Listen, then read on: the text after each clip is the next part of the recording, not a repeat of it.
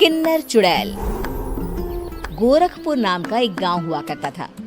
उस गांव में ज्यादा लोग नहीं रहते थे। उस गांव में एक गर्भवती विधवा औरत रहती थी।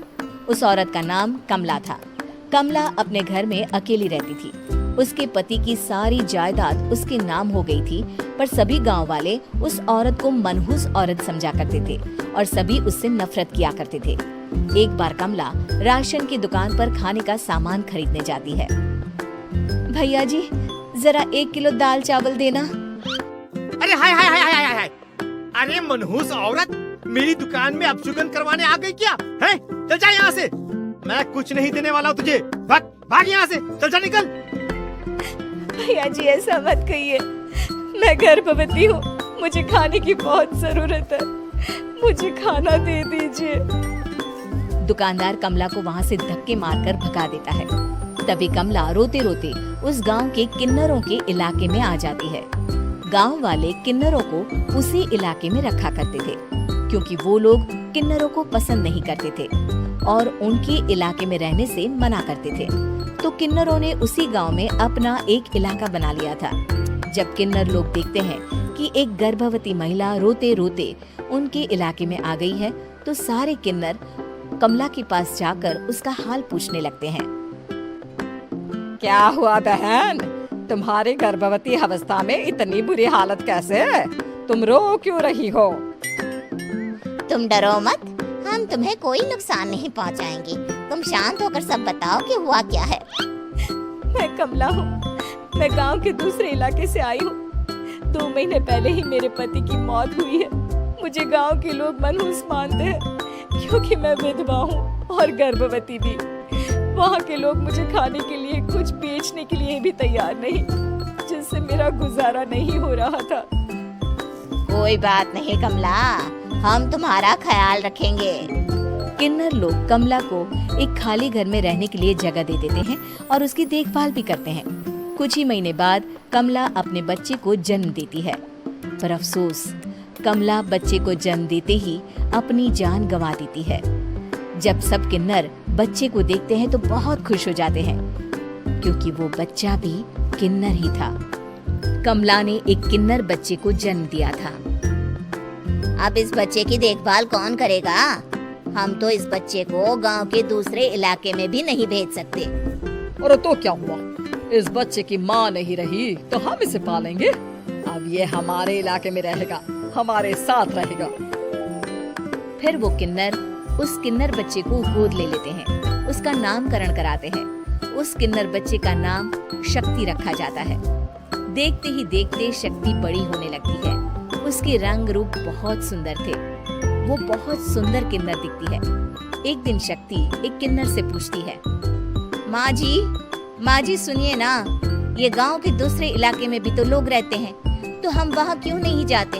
हम उनसे अलग क्यों रहते हैं? शक्ति, क्योंकि वो लोग हमारे जैसे नहीं, वो लोग हमें पसंद नहीं करते, इसीलिए हम उनसे अलग रहते हैं। क्यों? वो हमें क्यों पसंद नहीं करते? मुझे एक बार उस इलाके में जाना है, मैं एक बार वहाँ जाकर घूम कर आऊँ। शक्ति, खबरदार, जो तू उस इलाके में कभी भी गई तो अपनी जान नहीं गंवाना चाहती तो उस इलाके में कभी कदम भी नहीं रखेगी, समझी? इतना कहकर वो किन्नर वहाँ से चली जाती है। शक्ति उस किन्नर की बात सुनकर बहुत रोती है। माँ जी, ऐसा कैसे कह सकती है? उन्होंने इतनी सी बात के लिए मुझे इतना डांटा। अब तो मैं उस इलाके में जरूर जाऊंगी। फिर एक दिन शक्ति गांव के दूसरे इलाके में चुपके से जाती है। ये लोग तो हमारे जैसे ही इंसान हैं, तो ये हमसे नफरत क्यों करते हैं? जब शक्ति उस इलाके में पहुंचती है तो गांव के सारे आदमी उसके रूप से मोहित हो जाते हैं। वो लोग ये अंदाजा नहीं लगा पाते कि वो किन्नर है। शक्ति की सुंदरता देखकर सारे गांव वाले उसकी तारीफ करने लगते हैं। तभी गांव का चक्कर लगाने गांव के जमींदार का बेटा हर्ष वहां पहुंचता है। हर्ष भी दिखने में बहुत सुंदर होता है। जब हर्ष ने शक्ति को देखा तो वो भी उससे मोहित हो गया, और जब शक्ति की नजर हर्ष पर पड़ी तो वो हर्ष को देखकर मोहित हो गई। आपको पहले कभी इस गांव में देखा नहीं। इस गांव में आप नए हैं क्या? जी नहीं, वो मैं बस। तभी शक्ति बोलते बोलते रुक जाती है और मन में सोचने लगती है, अगर मैंने इनको बता दिया कि मैं दूसरे इलाके से आई हूँ तो वो समझ जाएंगे कि मैं किन्नर हूँ, इसलिए मुझे इनसे झूठ ही बोलना पड़ेगा। शक्ति हर्ष को कहती है, जी हाँ, मैं इस गांव में नई आई हूँ, यहाँ अकेली रहती हूँ। वैसे आप कौन है? आप भी इसी गांव में रहते हैं?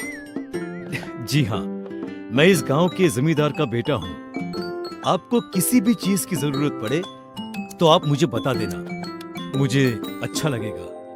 ऐसे ही शक्ति और हर्ष एक दूसरे से रोज मिलने लगते। वो दोनों अपने प्यार का इजहार करने एक दूसरे से मिलने जाते हैं। तभी शक्ति का पीछा करते करते एक किन्नर वहाँ आ जाती है। शक्ति, मैं तुमसे बहुत प्यार करता हूँ। मैं तुमसे शादी करना चाहता हूँ। क्या तुम मुझसे शादी करोगी? हाँ हर्ष, मैं तुमसे शादी करूंगी, पर मैं तुमको अपने बारे में एक सच्चाई बताना चाहती हूँ जो मैंने तुमसे छुपा कर रखी है। तभी उनके बीच में ही वो किन्नर आ जाती है। शक्ति, तेरी हिम्मत कैसे हुई ऐसा करने की? वो किन्नर शक्ति को खींचकर गांव के जमींदार के पास ले जाती है। हर्ष भी वहां शक्ति को बचाने के लिए पहुंच जाता है। जमींदार शक्ति और हर्ष के प्यार के बारे में सुनकर गुस्से में आ जाता है और शक्ति को गांव के बाहर निकालने की सजा देता है। शक्ति ये बात सहन नहीं कर पाती और कुएं में कूदकर अपनी जान दे देती है। जमींदार हर्ष की शादी गांव की एक लड़की से करवा देता है, पर हर्ष इस शादी से खुश नहीं होता। शक्ति अपना बदला लेने के लिए मरने के बाद किन्नर चुड़ैल बन जाती है। अब मैं इन गाँव वालों को नहीं छोड़ूंगी, अब इनसे मैं अपने प्यार का बदला लूंगी। किन्नर चुड़ैल गांव वालों को परेशान करना शुरू कर देती है। एक बार वो रात को गांव के खेतों में पहुंच जाती है और वहां आग लगा देती है। सारी फसल जल के राख हो जाती है। जब एक आदमी रात को उठकर देखता है कि खेत में आग लग गई है तो वो वहां पहुंच जाता है। वो देखता है कि खेतों के बीचों बीच एक किन्नर चुड़ैल खड़ी है और वहां खड़े होकर ताली बजा रही है। गांव वाला किन्नर चुड़ैल को देखकर बेहोश हो जाता है। जब सुबह उस आदमी को होश आता है तो वो सीधा जमींदार के पास जाता है। अरे जमींदार साहब, अरे वो किन्नर चुड़ैल ने मेरी सारी फसल जला दी। अब मैं क्या करूंगा? क्या होगा मेरा?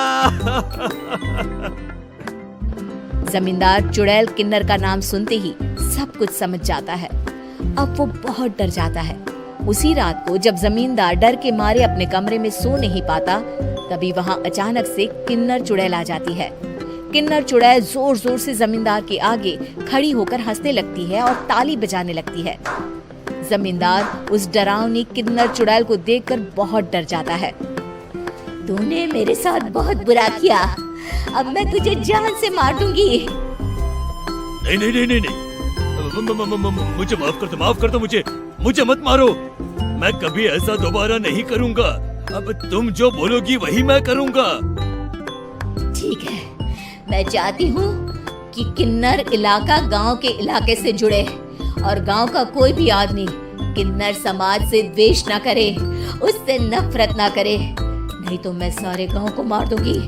और तुम गांव में एक नया कानून बनाओ कि अगर किसी ने भी किन्नर समाज को हानि पहुंचाने की कोशिश भी करी या इनसे भेदभाव करने की भी कोशिश करी तो उनको कड़ी से कड़ी सजा मिलेगी। हाँ हाँ हाँ हाँ, मैं ऐसा ही करूंगा। तुम जो बोलोगी वो मैं करूंगा, पर मुझे जाने दो प्लीज। तब वो किन्नर चुड़ैल वहां से चली जाती है। गांव का जमींदार किन्नर चुड़ैल का कहा मानते हुए दोनों इलाकों को एक कर देता है और नया कानून भी लागू कर देता है। तब से वहां किन्नर समाज और बाकी गांव वाले शांतिपूर्वक रहने लगते हैं।